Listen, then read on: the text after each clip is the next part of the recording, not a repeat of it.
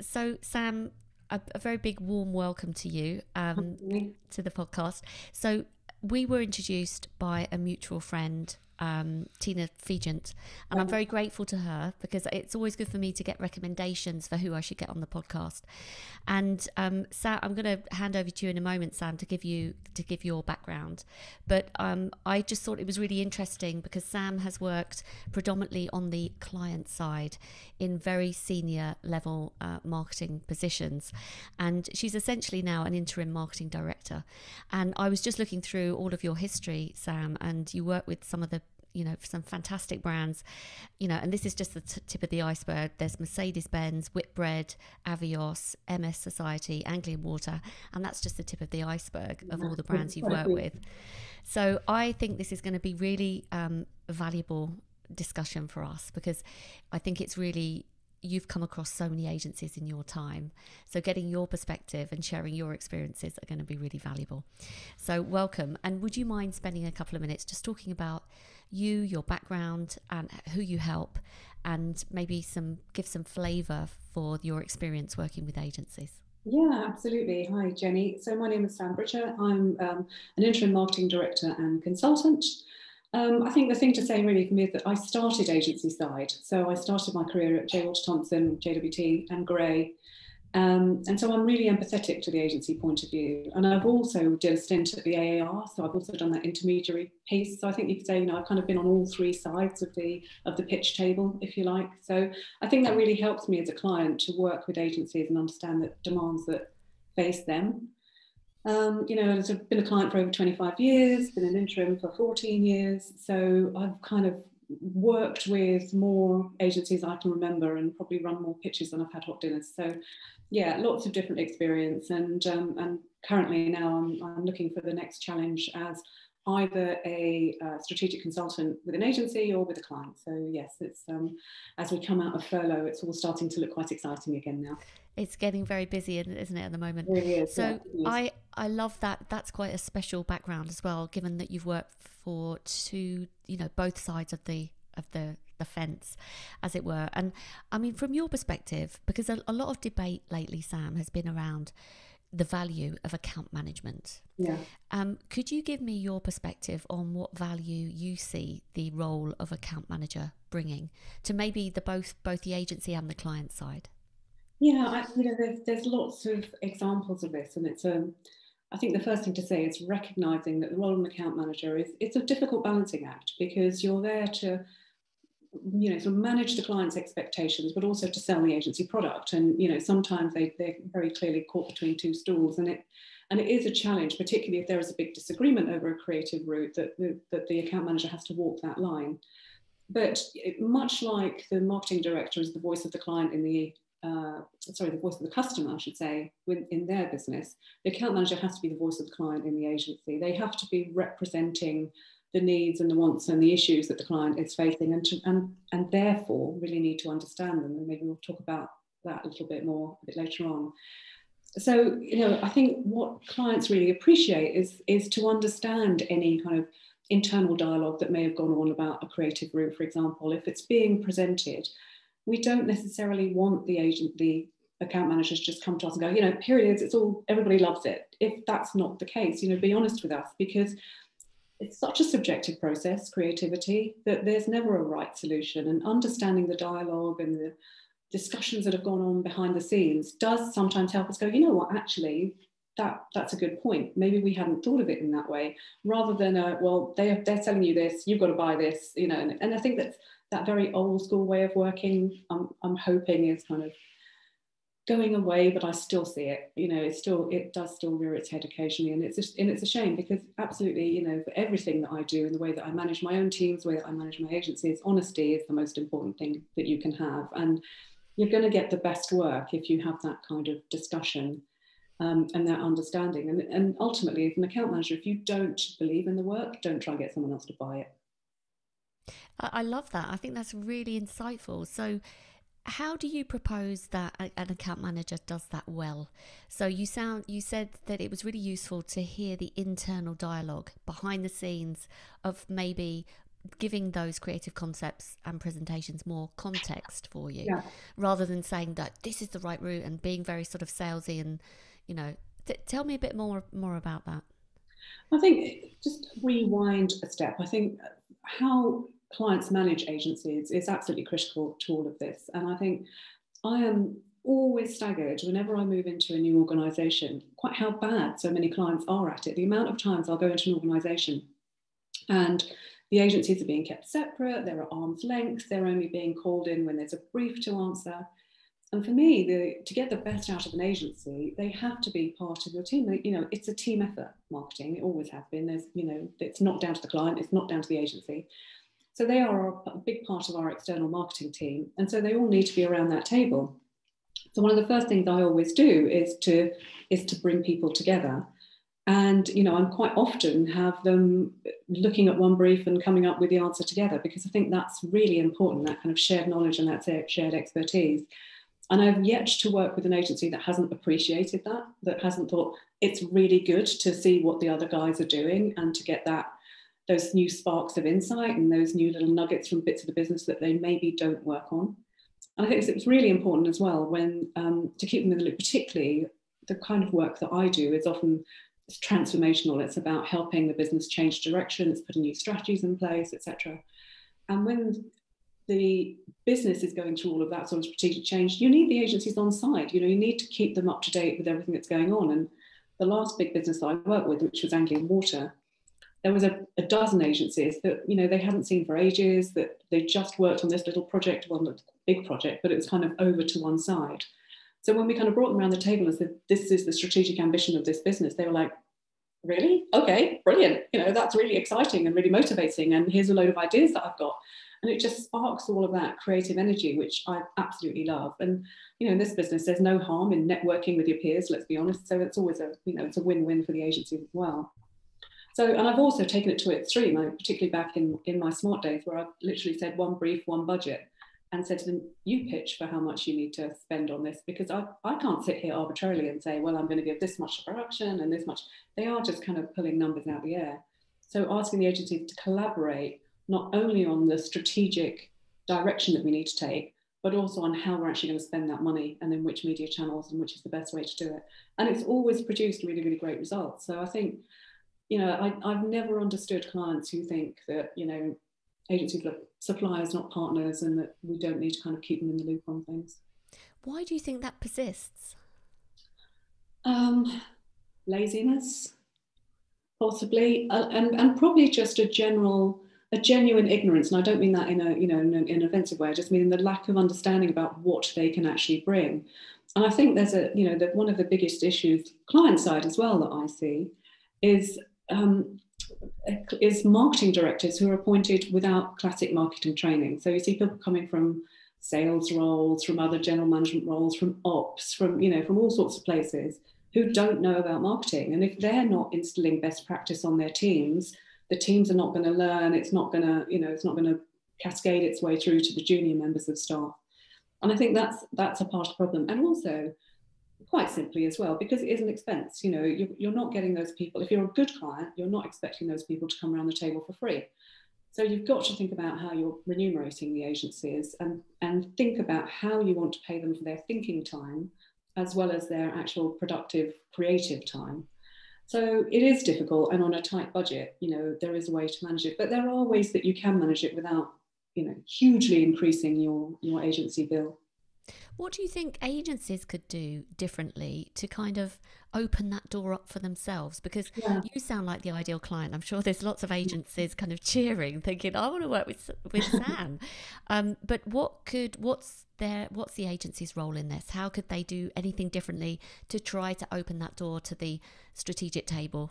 Yeah, no, I think it's a good question, Jenny. I think what can help is just taking that initiative sometimes. So if you know that you're working with a client that does operate in that very kind of divide and conquer kind of way, then try and find ways to bring the agencies together yourself. So perhaps, run an afternoon workshop where you invite all the agencies together to talk about an issue either in the sector or with a particular client or with a particular brand or, whatever it might be. do it in the afternoon, have a couple of hours of workshopping, and then a couple of hours of, going out for a drink and getting to know each other. And it just set that ball rolling and just demonstrate a way to add the value, because that's a good way of for the client seeing that, oh, you know what, this is probably a good idea. Maybe I should do this more often. The model that I always run, which always seems to work really well, is that there are weekly status meetings between the day-to-day team, so the account managers and the brand managers, or whoever their equivalent is client side. There are monthly planning meetings with marketing directors, possibly, or the level below heads of, and planners and account directors. And then quarterly all agencies. And at the quarterly all agency, it's a really good opportunity to get people together to see what's happened in the last quarter, to think about what's coming up in the next quarter, review the results, because I'm very much result-oriented marketing director. I'm not just, oh, that looked nice, fire and forget, let's go on to the next thing. So look at the results, and sometimes also to bring in kind of guest speakers, if you like, guest presenters. So quite often I bring in people from other parts of the business that they've heard of, or they know the area that they look after, but they've never met them, to explain the projects that they're working on and bring those to life. And it's just a great way of getting people around the table talking. And I do it internally as well as clients. So always put in place internal comms planning processes, which involve the individual business managers in the comms planning process, and make sure, because I've worked with lots of businesses where they've come to the marketing department and said, do me a leaflet, or, give me a Facebook ad, or whatever it might be. We're not the colouring in department, so tell me what your objectives are and we'll tell you how we'll solve it for you with our agency team. So it's really important to kind of get those guys involved. And I think I remember one of my absolute best moments at Anglian Water, when there was a person from the Parks and Recreation team talking to a person from essentially the wastewater sewerage team about a problem. These two people had never even met before, never been in a room before, and yet because they were talking about a shared piece of land, all of a sudden they were like, oh my God, yes, you could do this and we could do this, and then that would happen. And it was like, bing, it's that kind of light bulb moment that I really love, making those connections. So I think this is so spot on, and you're absolutely right, because the earlier you bring everybody into the process in the beginning, you get everybody's views and everyone feels like they're part of it. You get all the buy-in, and then you take them on the journey. And when those decisions are made, they very much feel like they've been part of it from the beginning. So I'm absolutely in alignment, and I love the fact that you've also said not only for agencies but also internally as well is how you operate. Yeah.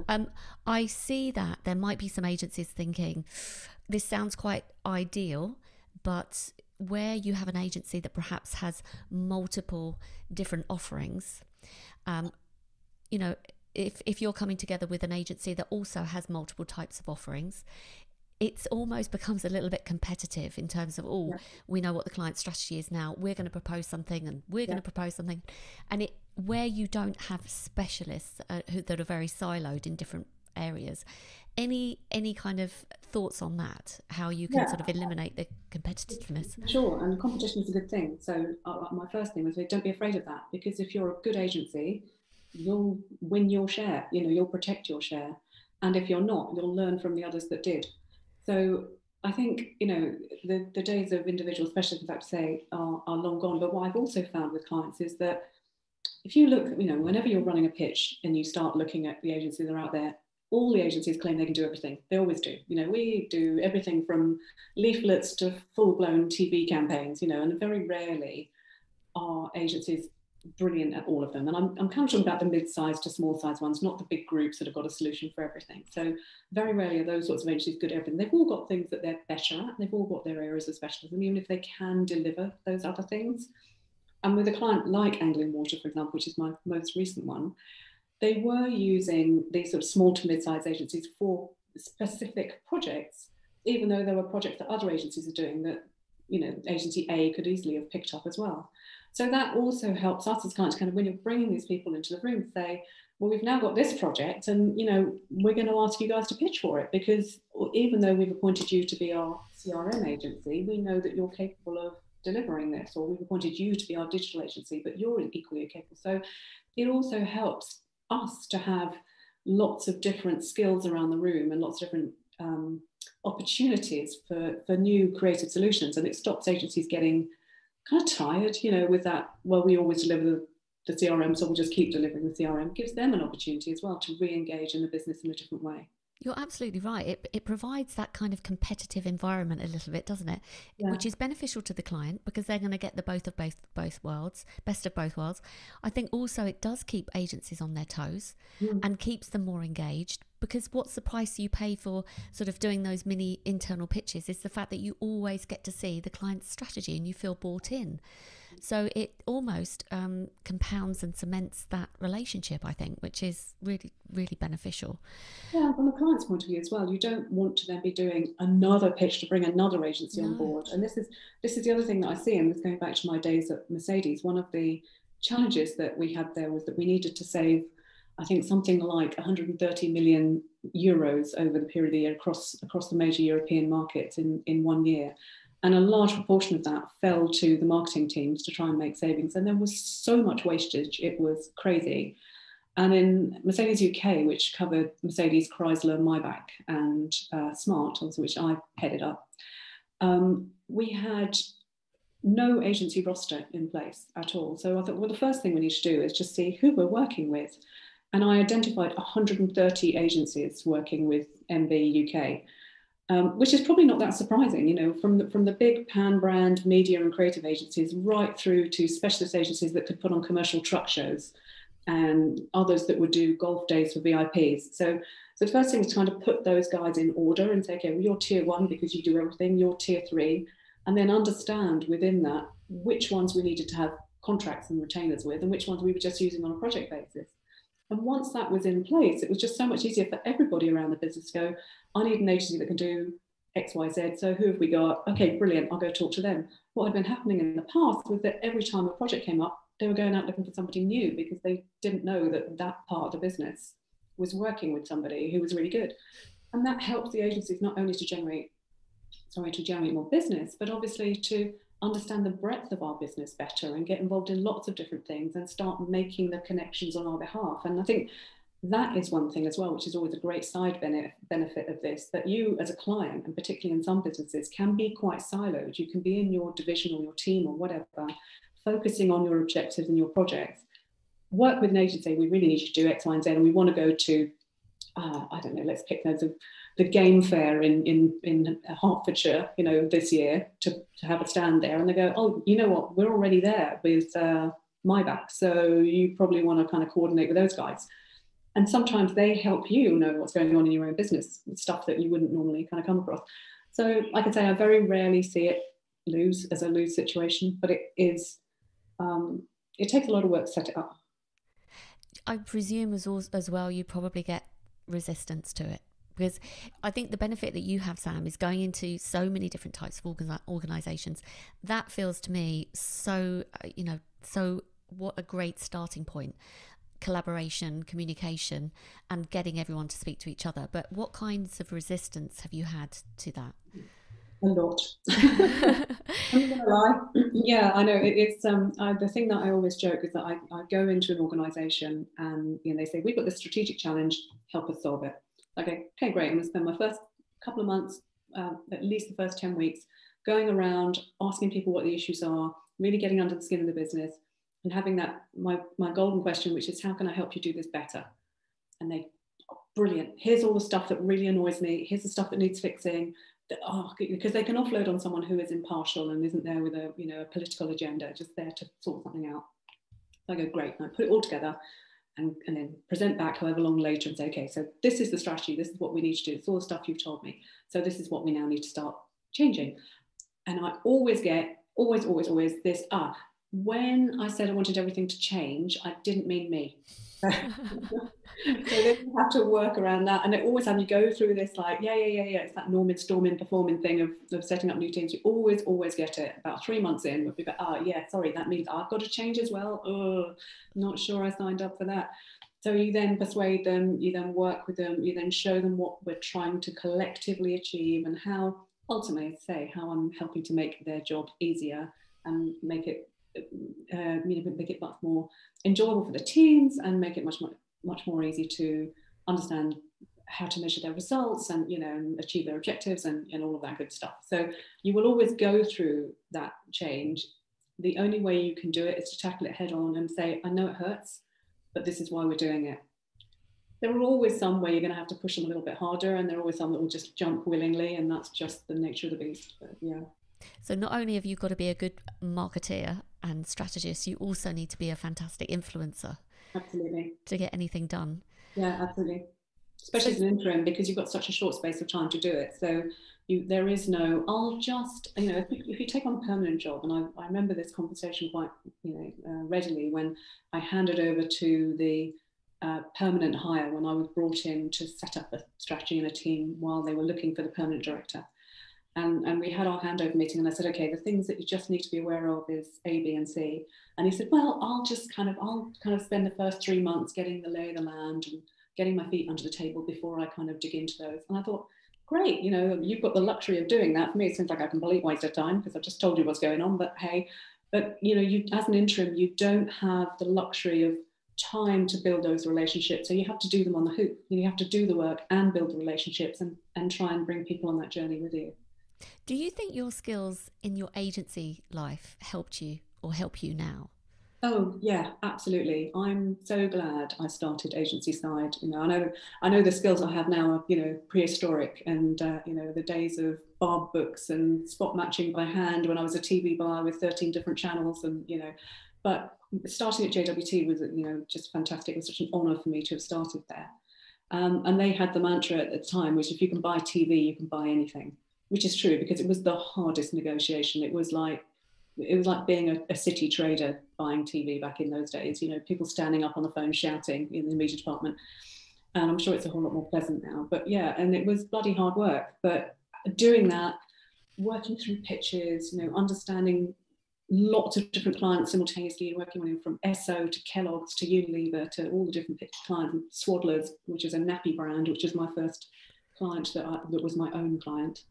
To going through all of that, absolutely. And I think this is the thing we were talking earlier on about good account management, and for me, that being in touch and being a really good communicator is really, really important. And the account director I worked with when I was at Anglian Water, one of the agencies there, was absolutely brilliant. She was always on it. She was a great communicator. You just knew that she was on everything, but she worked ridiculous hours.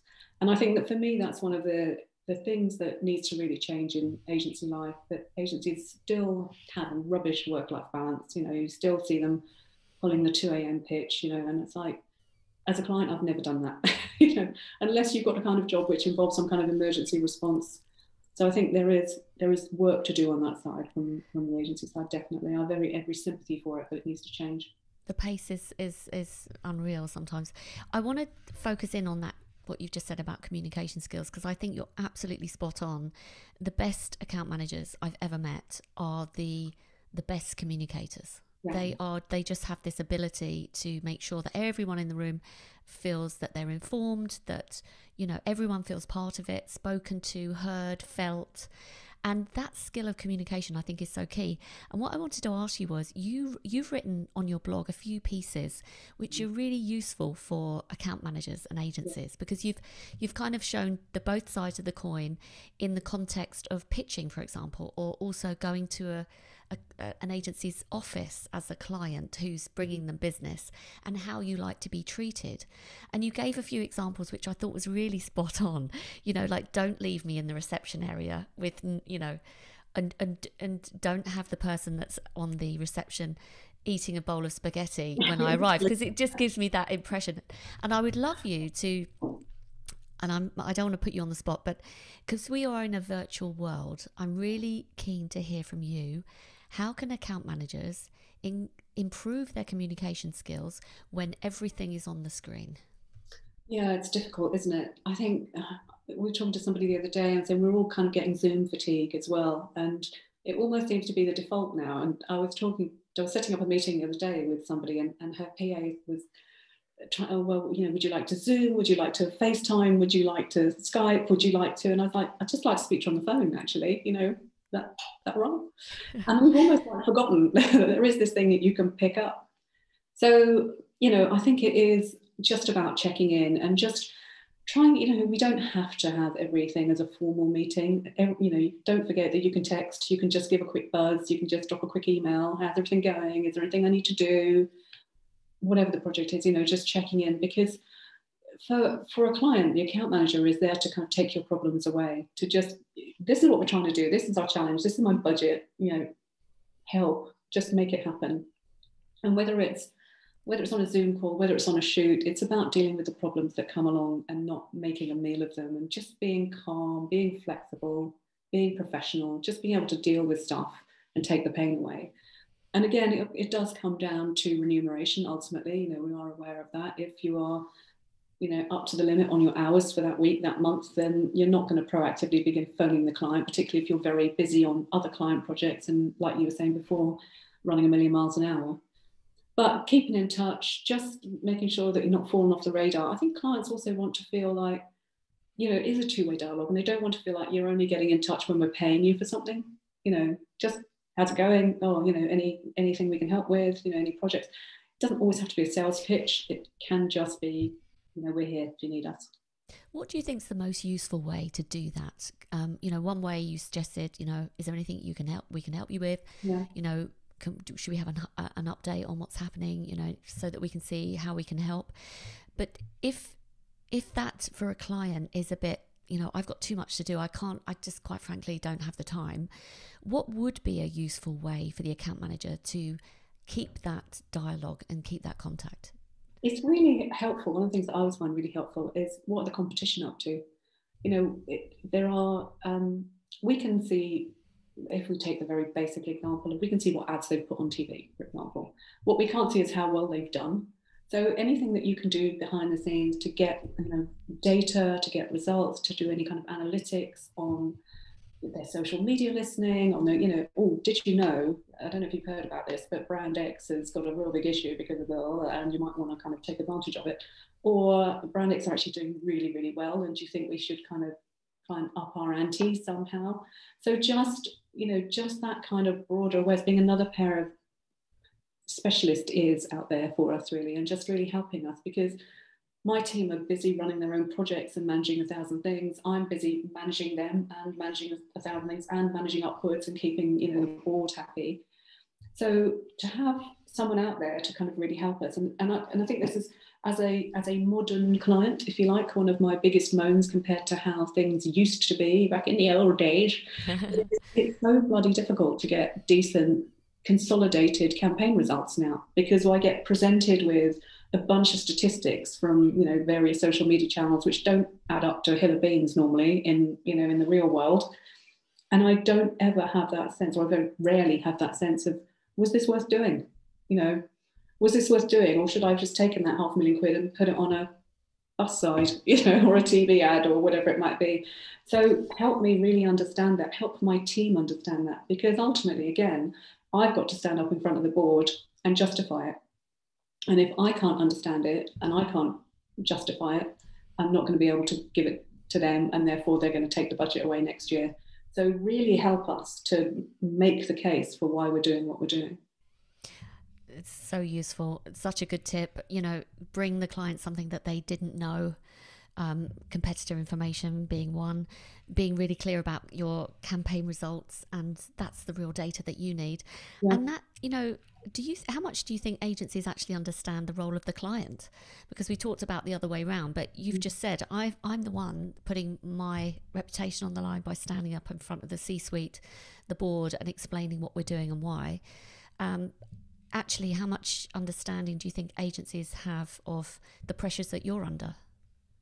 It depends. I think it's very easy when you're agency side to think that the advertising, let's call it that for simplicity's sake, is the only thing that they're dealing with, and and it really isn't. For me, it's the nicest bit of the job that I love the most. I love working with agencies. I love the creative process, but I've also got salaries to review, jobs, job evaluations to put forward, people to recruit, boards to deal with, other strategic things to write. I've got a million other things going on in the business that I have to deal with, and stuff gets chucked at you all the time.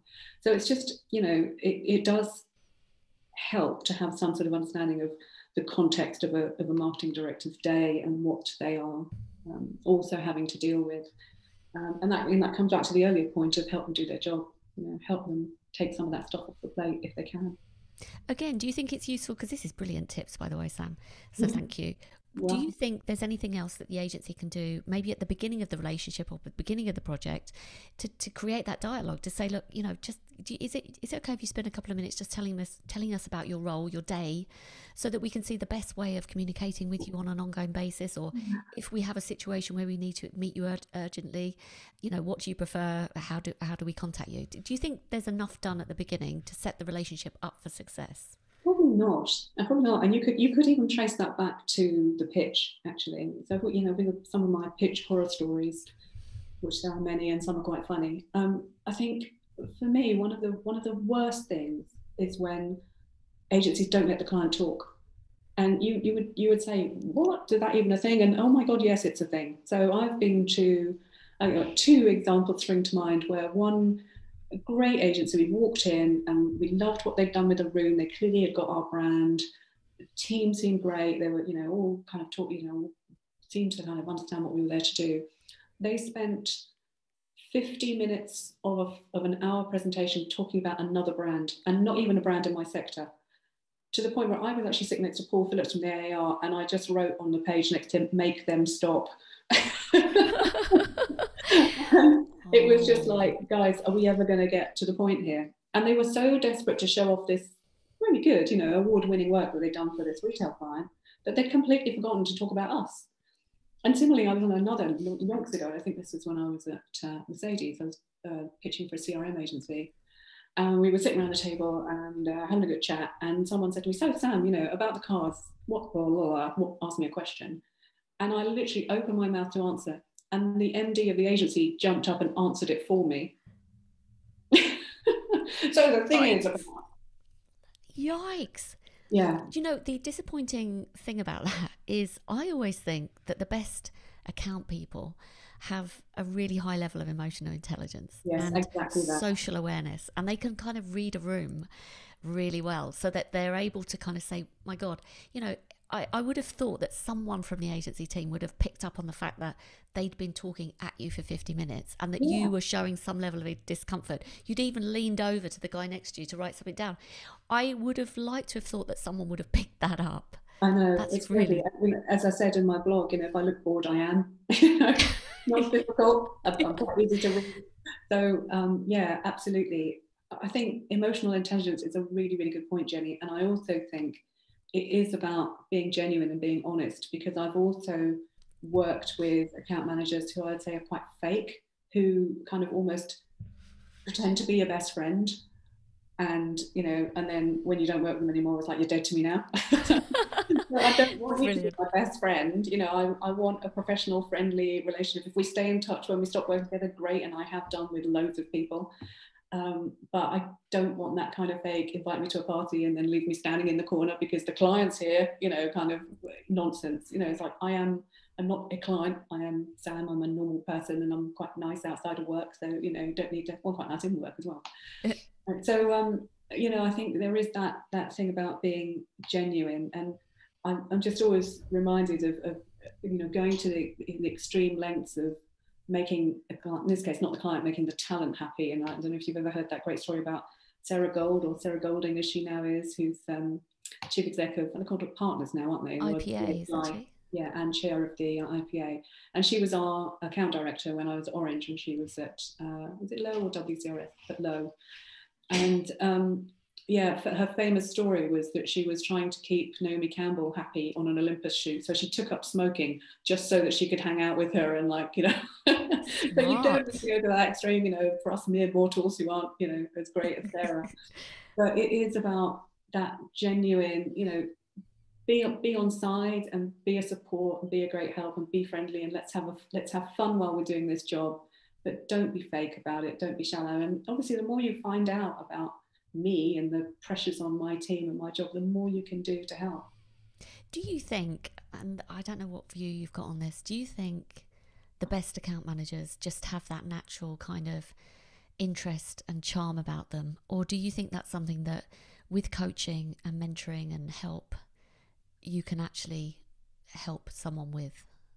I think you need a bit of it to start with. Yeah, I think it can be trained, it can be learned, like most skills. But if you're not a genuinely empathetic people person, it'll be hard for you to do it genuinely, as we've just talked about. And I think that's the thing. It is a real people job, because you do have, as we were saying before, you do have lots of conflicting people and demands to deal with. You are kind of the center of this storm in a lot of ways. So if you're not a people person and you don't know, and you're not great at stakeholder management and engagement, then you are going to struggle with You're it. in the wrong job, basically. Wrong job, yeah. And it's, I think, it's about bringing your whole self to work as well, not your fake self. So if you've got an opinion on something, say so. You're not the bag carrier. You're not there to let the creatives and the planners do all the great thinking. You have an opinion too, so bring it to the table. I have seen account managers who just meekly kind of sat there, and I know damn well they've got an opinion, and afterwards they've told me. It's like, well, say so, bring it to the table. So just it's difficult, and we're particularly dealing with creatives, because quite often you're dealing with creative egos, and that's sometimes hard to get a word in edgeways. But you have to be able to trust your convictions, I think. I agree, and I think that's a great point, because I think a lot of account managers, they don't want to be seen as an order taker, Yeah, passively taking yeah, notes and just being the person that goes from one side to the next. They want to be seen as a trusted advisor. yeah. They want to be bringing the insights. They want to be bringing the competitor information to you, and have a place at the table. It's a tool, it's a tactic, but we use the concept of a one-page pre-meeting plan, because if you've got a big client meeting coming up, and you're in that meeting with bigger personalities, maybe a creative, maybe a strategist, etc., you have the ability to orchestrate that meeting by getting everyone together before and saying, right, this is how it's going to go. I'm going to lead, I'll bring you in at that point, then I will ask for questions. Because I personally think that the client then has the perception of that person as valuable. Because if you're sitting in a meeting passively taking notes and you don't say anything, the client's probably going to think, well, what am I paying you for? Yes, But also, what value are you bringing? Like you say. exactly. Exactly.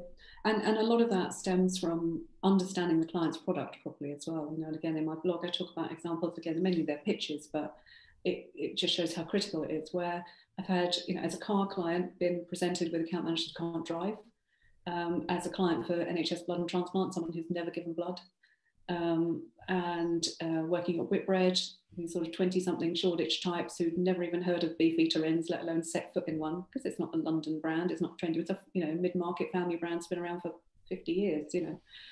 So I think it's make sure you learn as much as you can about the product, live and breathe it, drive it, go on it, do whatever, eat it, whatever it is, experience it as much as you possibly can, and understand it. Because one thing that I have said in a boardroom scenario is that if I've got a seat at this table, I've got a voice at this table. Otherwise, there's no point in me being here. And and I think they need to remember that they're not the note taker. They're not the person to carry the bags and carry the art folder. They are the person who is there to kind of help cohesively bring everything together. It's an important skill. Absolutely. And that's great advice. Do you have any other? Because you said you had quite a few horror stories. I'm really keen to hear them, because someone listening might think, "Oh my god, I think we're going into one of Sam's potential horror stories." And you've just actually given a lot of food for thought already. Do you have any other ones that? Um, I think I could sum it up really with the same philosophy that Whitbread had. So Whitbread obviously has Premier Inn, Costa Coffee, and the 4 restaurant brands. And their philosophy was our house, certainly when I was working there. And it was really simple. It didn't matter whether you were the chief exec or a waitress in a beefeater or a chambermaid in a Premier Inn. You treated the place as if it was your house. So if someone was coming to your house, you wouldn't give them a dirty glass to drink out of. You give them dirty sheets to sleep in. You'd make sure that the room was tidy, that when they'd finished drinking, you offered them another drink. So it's that bringing it down to a really simple level. And so when I go to an agency, whether it's for a pitch or just a meeting, it's just like, it's that welcome. It's that making sure the reception is tidy, that someone having a bowl of spaghetti really happened in the middle of reception, and, copies of campaign that were 4 weeks out of date and stuff like that. Or being left sitting there. One I remember where I was delayed because of a train, and I'd phoned saying, I'm really sorry, train delay, I can't do anything about it, I'm going to be about 10 minutes late. Arrived at the agency, was left sitting in reception for another 10 minutes. And I'm sitting there thinking, this is the time I'm meant to be in a meeting with you. What are you doing? You know, why are you leaving me here? Or I've turned up for a meeting before my colleague and I've just been left sitting in an empty meeting room until the colleague arrives. And it's like, I don't want to be treated like royalty, but I also would like a bit of professional courtesy. And, you know, maybe you could chat to me and find out a bit about me before the official meeting starts. Back in, it's going back a while, but when I left advertising, my first client job was at the RSPB, which is, you know, the bird charity. And the big joke is I know nothing about birds. I can barely recognise a chicken, but I was there to do a commercial job for them. And we had started a search for an agency to celebrate our millionth member at the time. And I ended up running that as an ex-agency person. And we went to meet some media agencies. And I had obviously come from like 7 years as a media planner buyer. I was working with two deputy marketing directors, or two assistant marketing directors, joint marketing directors, I should say.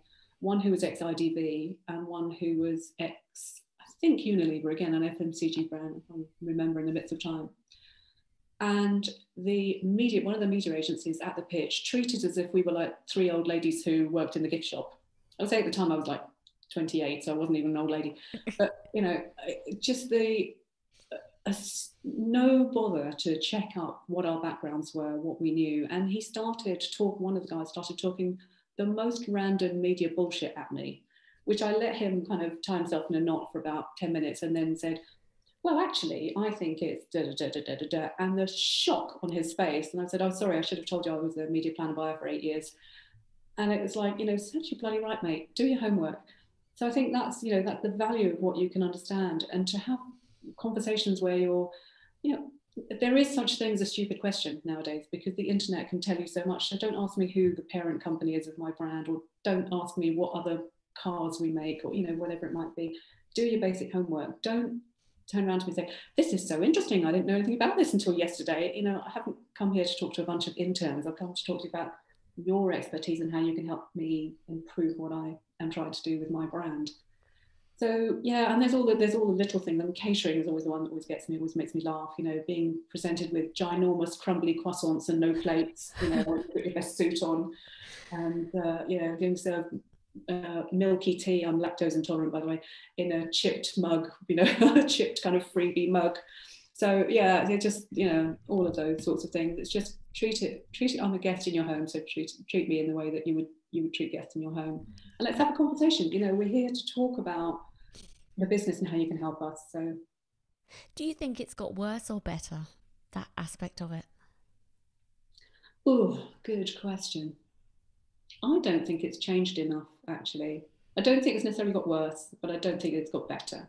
I think it's very easy for agencies to go into pitch mode, and they, you know, deploy the same team you always deploy, approach it in the same way. And I've read lots of books and lots of essays on how to break that cycle and how to think about pitching differently, etc. And that it's worth digging those sorts of things out.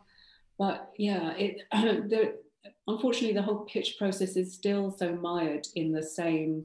Here's the brief, here's the long list, here's the short list. And what it doesn't let you do sufficiently is road test a relationship. And ultimately, that's what it's all about. And I think next time I'm looking for an agency, I'm really going to try hard to do it differently. And I'm going to try and do some project-based road testing rather than the big all singing, all dancing kind of, okay, you've got all the business based on 2 meetings. You know, it's like marrying somebody when you've been on 2 dates, isn't it? It essentially is. Where do you see that? You know, what would you be looking for during those kind of test projects? What kinds of behaviours and skills, Yeah, I etc.? think, you know, as we've talked about, it is that communication. It's about staying one step ahead. It's about being calm and professional, about taking as much crap away from my day as you can, you know, when it comes to that particular piece of work. And just really helping bring the whole piece together. You know, when none of us are working in isolation, working with the other agencies, you know, and helping me deliver my objective. That's ultimately what I'm employing you to do. So however you can help do that is always going to be appreciated. I think the other thing is, in whatever type of agency contract or relationship you have, that regular reviews, those relationship audits are so important. And I think for them to work in the best possible way, they need to be 360. So the agency can review the client as well as the client review the agency.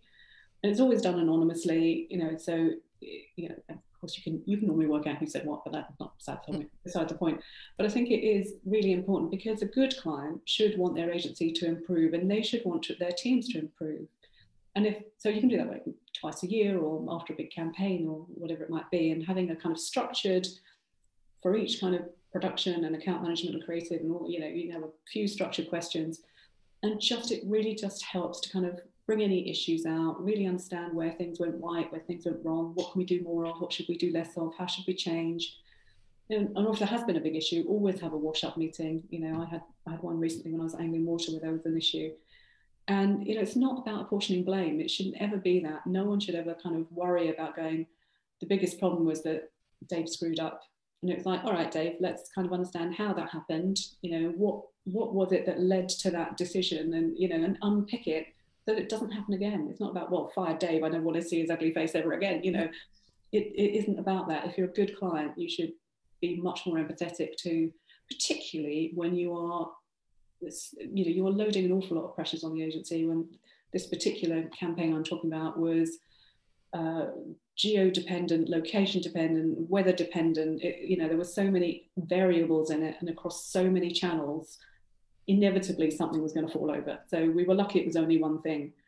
But when it did, it had a bit of an impact. So, okay, one thing fell over. What happened? How do we make sure it doesn't happen again? I've never been the kind of manager that screams and shouts at my teams. I'm not going to do that to my agencies either. Just don't see the point. Do you think agencies ask for feedback enough? No.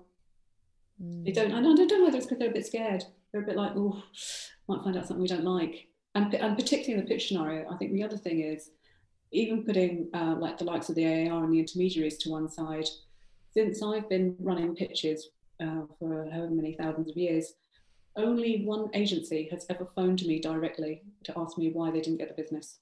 One. Wow. Which is bad. It's just mad, really. I was quite happy to tell them. And why do you think, you said that they're scared. Any other reason that you think that might be happening?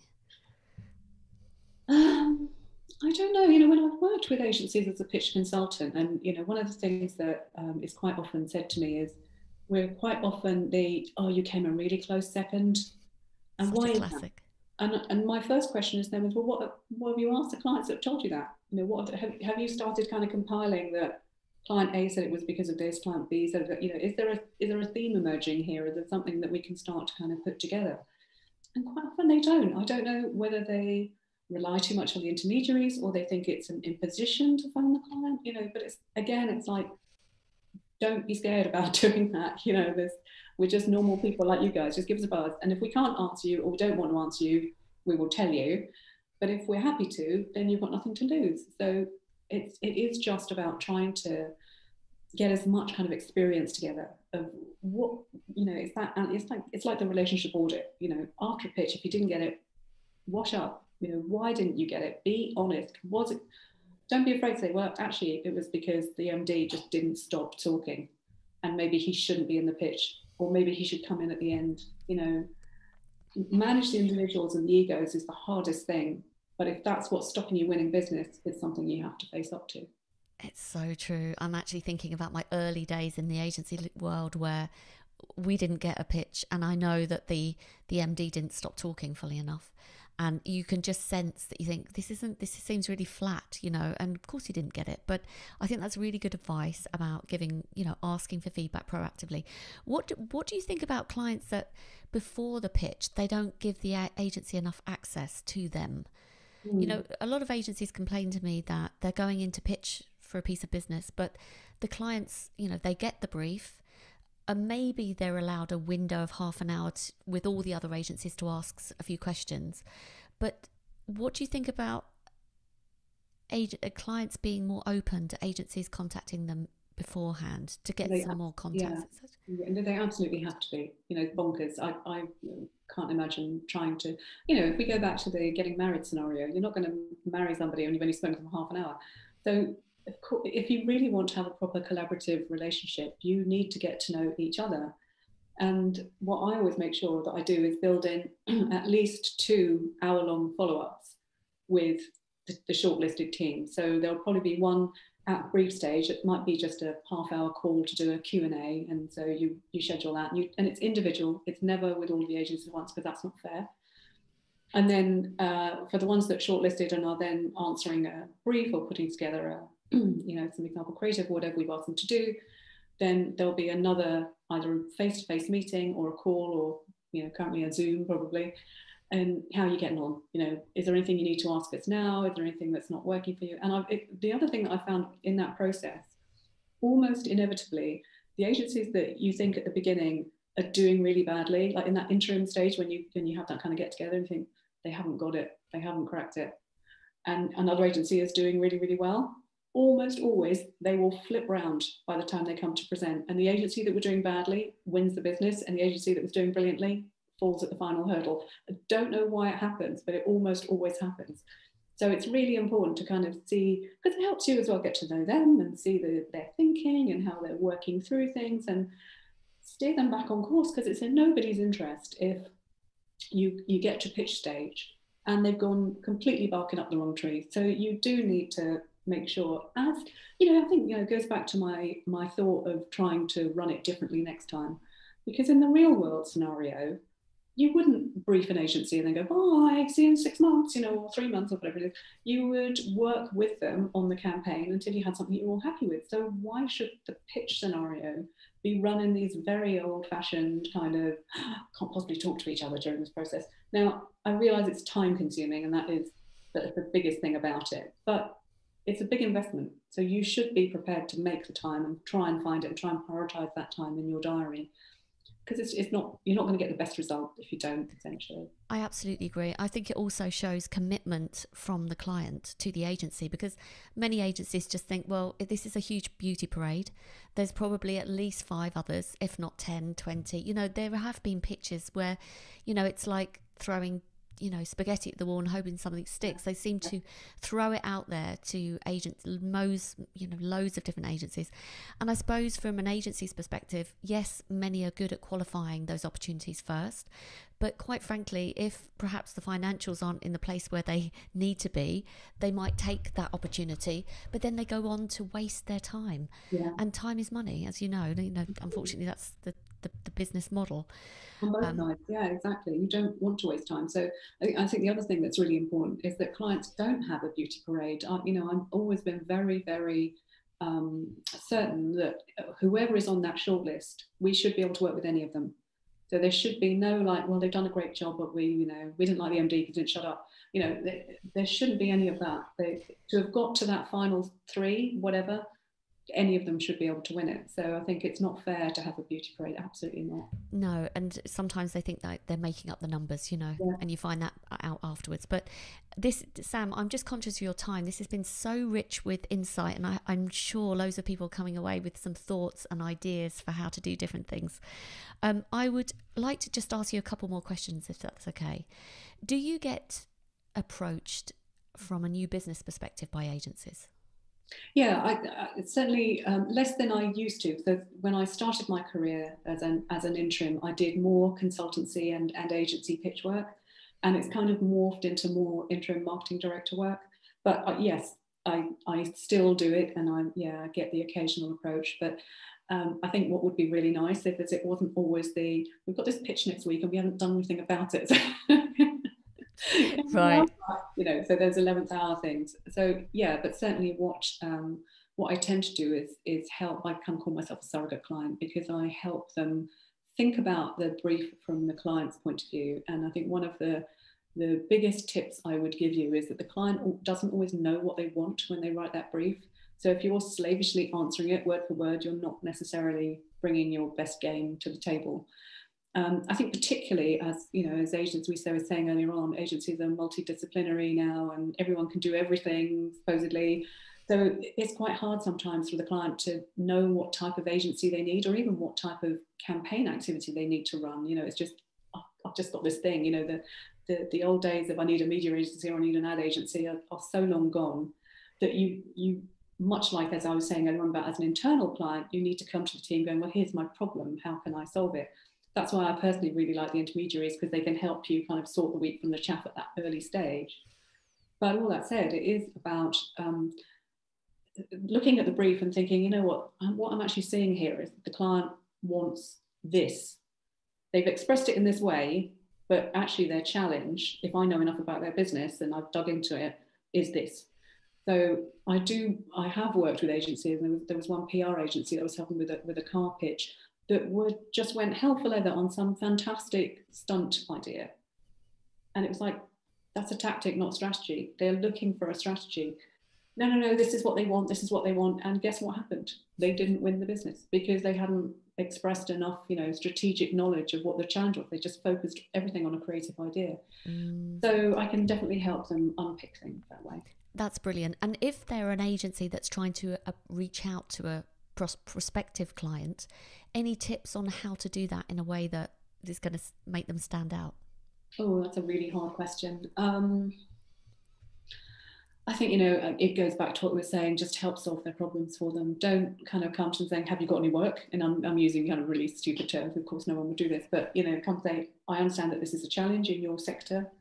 This is what we think we might be able to do to help, or this is what we've done for another brand in your sector, and look at the results, or have you thought, so it's come with the challenge and a solution, and just try and, it's about dialogue, about making yourself useful. I think that's the thing. And brilliant tips. Hard to do because everyone's busy, and marketing director, as a marketing director, you're so aware of being cold called as well. Hi, just thought I'd get in touch to so you do have a screening filter on that, but networking, all of those sorts of things, they really help. And just final question, if you've got an agency that's working really well with you and you love them, it's been going on for a while and they've been performing really well and bringing you new ideas, new insights, etc., have you ever been asked by an agency of that kind for referrals? Like, can you refer me to other parts of the business, or can you refer me to other? Yeah, it's really interesting, Jenny. I don't think I ever have, actually. I have done it. I have said to other parts of the business, you should work with this agency. And the example I gave earlier on about the Mercedes roster got agencies working to other bits of the business. But I don't think anyone has ever explicitly said, could you recommend me to someone either inside or outside the business? So that's a really good tip, I think. Do that. Okay, so because if someone had asked you, would you have helped? If I thought they were a good agency, absolutely. Yeah, absolutely. It's all about helping each other out. So I would have no qualms in recommending it. And I have subsequently, as a client, obviously I've gone on to from one business to another, and I've worked with that agency. They were fab. I wonder if they could help us.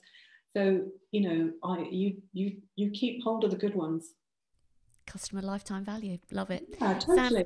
Sam, listen, where can people get hold of you, and who would you ideally like to approach you? Who do you work with best? And where can they find you? You can find me on LinkedIn, Sam Bridger, or sambridger.com is my website, so you can get hold of me through that. And I think the clients that I really like to work with, and this has really been sort of amplified over the last year or so with everything that's been going on, are those that have a good sense of social responsibility. So I've worked with a lot of charities. I'm not just a charity client.